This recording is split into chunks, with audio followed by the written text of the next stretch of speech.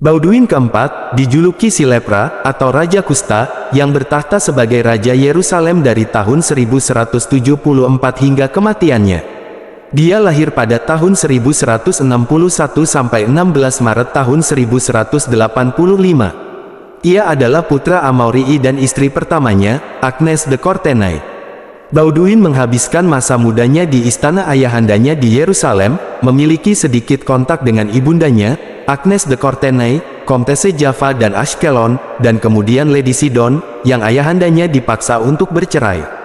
Bauduin keempat, dididik oleh sejarawan William dari Tirus, kemudian Keuskupan Agung Tirus dan Kanselir Kerajaan, yang mengetahui fakta yang tidak menyenangkan tentang sang pangeran. Dia dan teman-temannya sedang bermain pada satu hari, mereka mencoba untuk saling melukai dengan mengarahkan kuku jari mereka ke dalam lengan masing-masing, tetapi Bauduin tidak merasakan sakit. William segera mengenali ini sebagai tanda penyakit serius, tetapi itu tidak secara konklusif diidentifikasi sebagai lepra sampai beberapa tahun kemudian. Permulaan pubertas mempercepat penyakitnya, dalam bentuk lepromatus yang paling serius. Ayahanda Bauduin meninggal pada tahun 1174 dan putranya dinobatkan menjadi raja pada usia 13 tahun, pada tanggal 15 Juli tahun itu. Dalam keterbatasannya, kerajaan diperintah oleh dua pemangku takhta berturut-turut, Miles dari Plensi pertama, meskipun tidak secara resmi, dan kemudian Raimond III dari Tripoli, sepupu ayahandanya. Pada tahun 1175, Raimond III bertindak sebagai Raja Yerusalem, membuat perjanjian dengan Salahuddin Ayyubi. Sebagai seorang penderita kusta, Bauduin tidak diharapkan untuk memerintah lama atau menghasilkan ahli waris, dan para pejabat serta bangsawan memposisikan diri mereka untuk mempengaruhi pewaris Bauduin, saudarinya Sibila dan saudari tirinya Isabella. Sibila dibesarkan oleh nenek bibinya, Ioveta di biara Betania, sementara Isabella berada di istana ibundanya, Ratu Janda Maria Komneni, di Nablus. Pemerintahan Raimond berakhir pada ulang tahun kedua penobatan Bauduin. Raja muda sekarang sudah dewasa. Dia tidak meratifikasi perjanjian Raimond dengan Salahuddin, tetapi malah pergi menyerang ke Damaskus dan sekitar lembah Bekaa. Dia menunjuk paman dari pihak ayahnya, Jocelyn III, bergelar Komte Edessa, Seneskal setelah dia ditebus. Jocelyn adalah kerabat laki-laki terdekatnya yang tidak memiliki hak atas tahta, jadi dia dinilai sebagai pendukung yang dapat diandalkan, dan dia memang dapat membuktikan kesetiaannya. Dalam kapasitasnya sebagai bupati, Raimond dari Tripoli telah memulai negosiasi untuk pernikahan putri Sibila dengan Guilhem dari Montferrat, sepupu pertama Louis VII dari Prancis dan Friedrich pertama, Kaisar Romawi Suci. Guilhem tiba pada awal Oktober dan menjadi Komte Java dan Ashkelon pada pernikahannya. Pada 1174, pada usia muda 13, Bauduin berhasil menyerang Damaskus untuk menarik Muslim Sultan Salahuddin menjauh dari Aleppo. Pada tahun 1176 ia memimpin orang-orang dalam serangan serupa di Damaskus dan Anduhar untuk mengusir serangan Muslim. Bauduin juga merencanakan serangan terhadap pangkalan kekuatan Salahuddin di Mesir. Dia mengirim Renaud dari Chatillon, mantan Pangeran Antiochia melalui pernikahan dengan sepupu Amaurii Constans dari Antiochia, ke Konstantinopel sebagai utusan kepada Manoel I Komnenos, untuk memperoleh dukungan Angkatan Laut Bizantium. Rainal baru-baru ini dibebaskan dari tahanan di Aleppo. Manoel membayar tebusannya, karena dia adalah ayah tiri Permaisuri Maria dari Antiochia.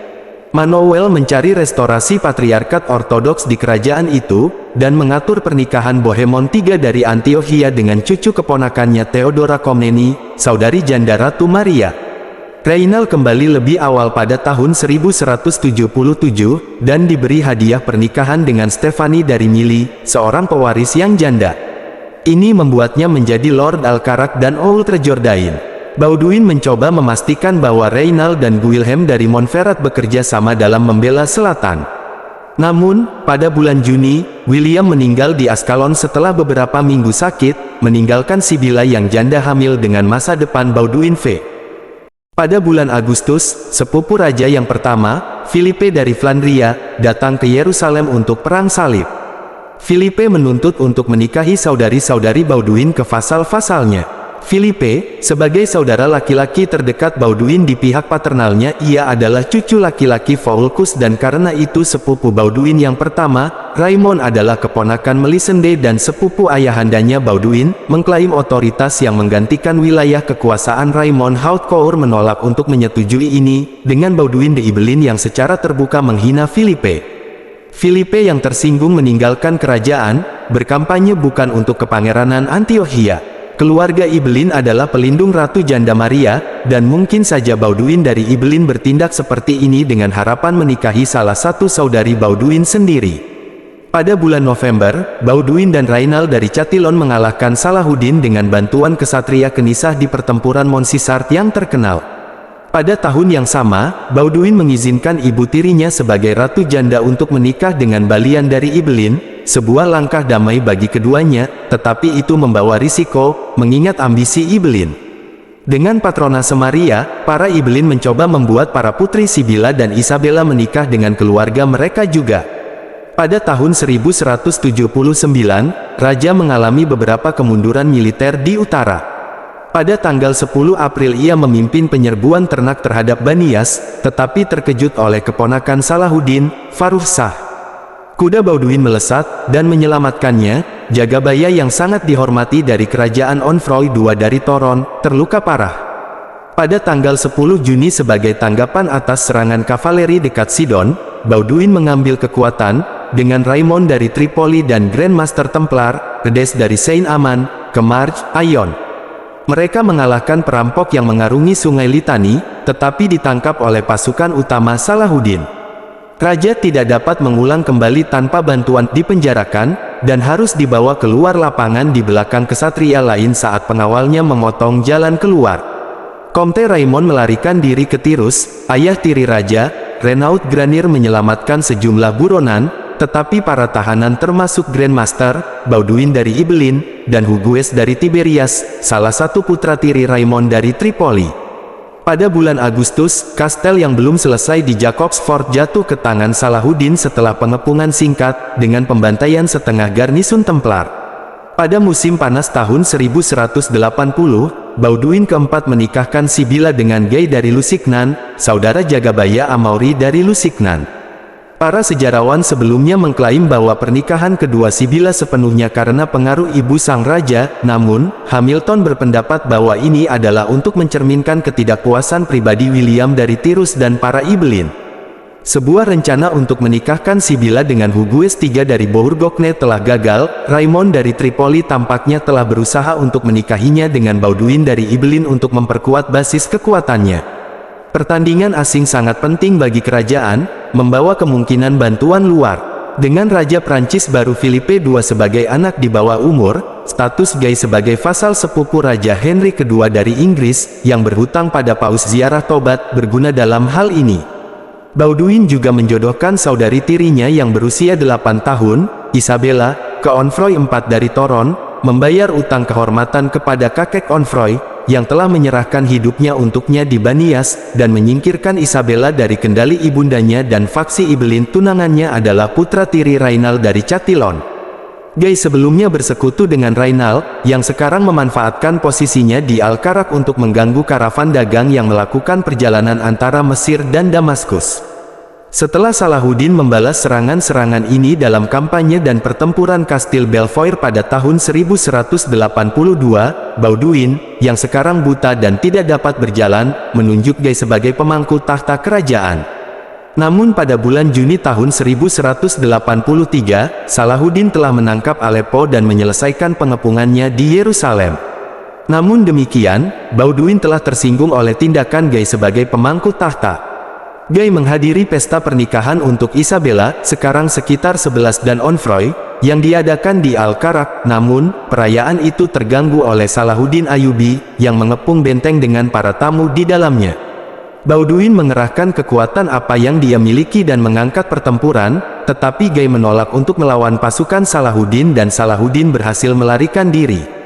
Baudouin tidak bisa mentoleransi ini dan menggulingkan Guy sebagai pemangku tahta. Merasa terhina, Guy pensiun ke Ashkelon, membawa istrinya sang putri Sibylla bersamanya. Meskipun Baudouin hampir melampaui masa jayanya, karena kemenangannya di Kastil Belvoir, Beirut dan di Kastil Al-Karak, kampanye Salahin di Tanah Suci ditunda sampai sisa pemerintahan Baudouin. Meskipun Baudouin tampaknya tidak memiliki niat buruk terhadap saudara perempuannya, Baudouin menunjuk keponakannya yang berusia 5 tahun, Baudouin dari Montferrat sebagai pewaris dan penerusnya, dengan dukungan Agnes dan suaminya, Reginald dari Sidon, Raymond, dan banyak dari baron lainnya, tidak termasuk Sibylla dari suksesi. Raymond akan bertindak sebagai penjaga ahli waris bayi, dan kemudian sebagai pemangku tahta jika Baudouin keempat meninggal, tetapi Baudouin keempat sendiri akan terus memerintah. Anak itu dinobatkan sebagai rekan Raja Baudouin kelima pada tanggal 20 November tahun 1183. Pada awal bulan 1184, Baudouin berusaha untuk membatalkan pernikahan di antara Sibylla dan Guy. Ini digagalkan oleh pegangan teguh mereka di Ashkelon. Guy menolak untuk menghadiri proses pembatalan. Ekspedisi militer untuk meringankan Al-Karak dan perjuangan dinasti telah sangat melemahkan Baudouin. Dia meninggal di Yerusalem pada musim semi tahun 1185, beberapa bulan setelah kematian ibundanya, Agnes di Akko akhir tahun 1184. Meskipun sering menderita akibat kusta, Baudouin mampu mempertahankan dirinya sebagai raja lebih lama daripada kalau tidak, mungkin telah diharapkan. Seperti yang telah diputuskan, Baudouin kelima menggantikan pamandannya, dengan Raymond dari Tripoli sebagai pemangku tahta. Ilustrasi naskah abad ke-13 dan 14 untuk sejarah William dari Tirus dan Ernoul memberikan sedikit indikasi penyakit Baudouin. Dia tokoh dalam penggambaran romantisisme dari pertempuran Montcisard oleh Charles Philippe Lariviere di Salles des Croisades, Versailles. Karya ini, yang berasal dari sekitar tahun 1842, menggambarkan dia dibawa ke medan perang di atas sampah, wajahnya terbuka dan tidak terbakar, pedangnya di tangan kanannya. Bahkan, pada pertempuran Montcisard, dia masih bisa bertarung dengan menunggang kuda, dan dia menggunakan pedangnya dengan tangan kirinya, karena tangan kanan dan lengannya adalah yang pertama terkena penyakitnya. Baudouin muncul, dengan berbagai tingkat kesetiaan sejarah, dalam sejumlah novel. Ini termasuk Zofia Kosak-Sezaka dengan Kroll Tredowati, The Leper King, Fantasi Manuel Mujica Lainez dengan El Unicornio, The Wandering Unicorn, Cecelia Holland dengan Jerusalem, Sejarah Fantasi Judith Tarr dengan Alamut dan The Dagger and the Cross, The Knights of Dark Renown oleh Graham Selby, 1969, Nikos Kazantzakis Saint Francis dan The Crusader King oleh Susan Peake.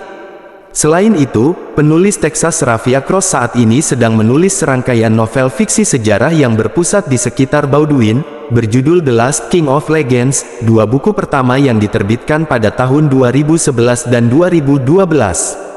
Baudouin umumnya digambarkan sebagai karakter simpatik. Baudouin juga tampil dalam Bandes Desinis, Serge Dalens dengan L'Etoile de Pourpre, The Purple Star, juga diterbitkan sebagai Baudouin keempat de Jerusalem, Michel Baum dan Thierry Cayman dengan serial Sylvain de Rochefort. Karya Dalens pada awalnya diilustrasikan oleh Pierre Joubert, yang gambarnya tentang Baudouin dikaitkan dengan citranya sebagai model peran dalam gerakan pramuka Prancis. Versi fiksi Baudouin keempat dimainkan oleh Edward Norton pada tahun film dalam tahun 2005 Kingdom of Heaven. Dia tampaknya telah mengilhami The Leper dalam seri Darkest Dungeon, seperti dalam komik pendahulunya. Ia terbukti dipuja dan banyak orang berkabung ketika ia menuju ke pengasingannya sendiri.